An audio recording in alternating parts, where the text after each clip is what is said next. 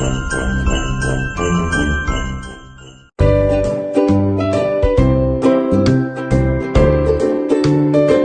குமாரன், பரிசுத்த ஆவியின் பெயராலே ஆமென். கிறிஸ்துவுக்குள் மிகவும் பிரியமான இந்த நாளில் கூட ஆண்டவர் நமக்கு உணர்த்திய இறை வார்த்தை, பரிசுத்த ஆவியின் பலத்தினாலே உங்களுக்கு நம்பிக்கை பெருகும்படிக்கு நம்பிக்கையின் தேவன் விசுவாசத்தினால் உண்டாகும் எல்லாவித சந்தோஷத்தினாலும் சமாதானத்தினாலும் உங்களை நிரப்புவாராக. எல்லாரும் ஆமென் சொல்லலாமா? ஆமென். ஆம். கிறிஸ்துவுக்குள் மிகவும் பிரியமானவர்களே, ரோமர் அதிகாரம் 15வது அதிகாரத்துல 13வது வசனம், சமாதானத்தின் தேவன், நம்பிக்கையின் தேவன், வாழ்வளிக்கும் தேவன், வாக்கு கடங்காது பெருமுச்சோடு கூட நமக்காக வேண்டுதல் செய்யக்கூடிய ஆவியானவராகிய கர்த்தர்,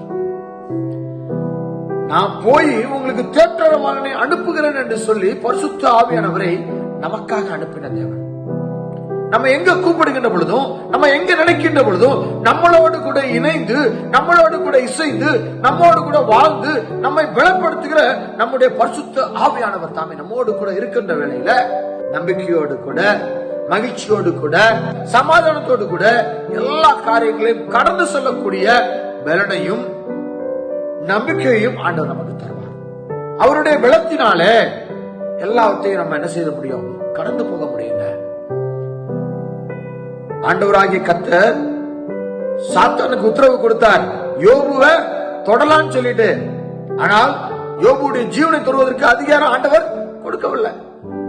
சாத்ராக், மேஷாக், ஆபேத்நேகோ அவங்க எல்லாரையும் அக்கினியில போடுறதுக்கு அனுமதி தந்தார். ஆனால் அவருடைய சரீரம் வேகாதபடி அவர்களை காத்துக்கொண்டார். தானியேல சிங்கத்தின் கோயிலுக்குள்ள தள்ளுவதற்கு அனுமதி தந்தார். ஆனால் சிங்கங்கள் வாய்கள் கட்டப்பட்டன. அது போலதாங்க உங்களுடைய வாழ்க்கையிலையும் ஆண்டவர் ஏதாவது ஒரு காரியத்தை அனுமதிச்சிருப்பாரு. அதை நீங்க சோர்ந்து போய்விடக் கூடாது. தேவன் என் கூட இருக்கிறார், தேற்றரவாளன் பரிசுத்த ஆவியானவர் என்னோடு கூட இருக்கிறார். அந்த காலநிலையும் சூழ்நிலையும் மாற்ற அவர் நல்லவராக வல்லவராக இருக்கிறார். ஆமென். அவரை பிடித்துக் கொள்ளுங்க. ஏன் இந்த அனுமதித்தார் சொல்லாதீங்க. அவர் அனுமதித்தது ஒரு நல்ல காரியத்துக்காக இருக்கும். அதன் மூலமாக அவருடைய நாமம் அங்கே மகிமைப்படும். அதற்கான வாய்ப்பு நமக்கு கிடைக்கும். அதனால முறுமுறுக்காதீங்க. அதை தாங்கக்கூடிய பலனும் தப்பி செல்லக்கூடிய வழியும் ஆண்டவர்கிட்ட கேளுங்க. கட்டாயம் வச்சிருப்பாரு. அதனாலதான் ஆண்டவர் சொல்லுகிறார், பரிசுத்த ஆவியின் பலத்தினாலே உங்களுக்கு நம்பிக்கை பெருகும்படிக்கு. பரிசுத்த ஆவியினுடைய பலம் நம்ம இருக்கும் பொழுது நம்பிக்கை நம்ம கூட இருக்கும், சந்தோஷம் இருக்கும், சமாதானம் இருக்கும். பரிசுத்த ஆவியானவர் தாமே நம்மோடு கூட இருந்து நம்மை பலப்படுத்தி நம்பிக்கையை அளித்து சமாதானத்தை தந்து சந்தோஷத்தினாலே நம் எல்லாருடைய வாழ்வையும் நிறைவேற்றி தருவாராக. ஆமென்.